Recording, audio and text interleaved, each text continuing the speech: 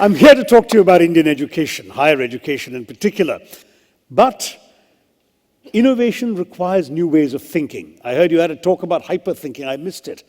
But new ways of thinking means learning to think out of the box, learning to create. I know we're famous for jugaad, right? You Google the words frugal innovation, and the top 20 hits will all relate to Indian inventions. We've invented the world's cheapest electrocardiogram, the simplest and cheapest EKG, the cheapest insulin injection, the world's cheapest small car, the Tata Nano, all that's come. But all these have been things invented elsewhere that we have stripped down, made more affordable, more replicable, more relevant to our conditions.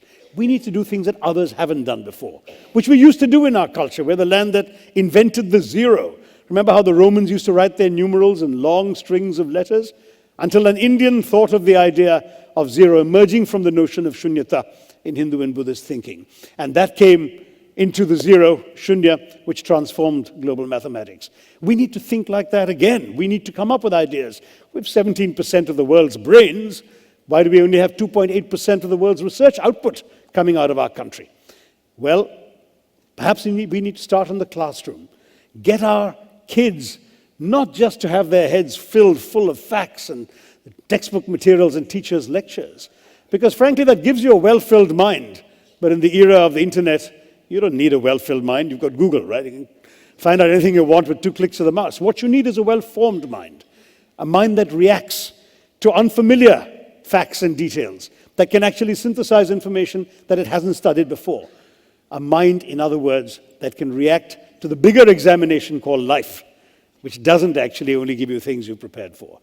And for that, you need a mind that's shaped by original thinking, a mind that doesn't just ask the teacher why, but why not. I've actually had a little experience of out-of-the-box thinking myself. I wear glasses. I don't need them to read. I don't need them to see you folks on the front. But if I want to catch somebody in the back row there, I have to look through glasses. But because I hardly ever wear them, I keep losing or breaking them. I shove them in a pocket, bang against a wall or something, they crack. I put them on a lap. When I get up, they fall down. Somebody steps on them, they break. In the first 3 months of this year, I lost or broke 6 pairs of glasses. So I was telling a friend about this. And he said, simple solution. Why can't you think of that? I said, look, there is no easy solution because for 150 years, glasses have been made in one way, right? They're joined together at the center and they hang over your ears. That's what I find inconvenient, so I take them off. And he said, no, we'll find a different way. You can reimagine glasses in a way that they're not going to hang over your ears or be joined in the middle. And this is what he did. I'm wearing them right now, and I want to see anybody at the back. I just pull that together, like 2 magnets in the middle that click together, and I can see you all at the back. Now, it's a silly example perhaps, but it's an example of how one can think out of the box. Familiar objects can be thought of in ways they haven't been thought of before. And that way we can move forward in the world. I have no doubt that the challenges are enormous. Thank you very much.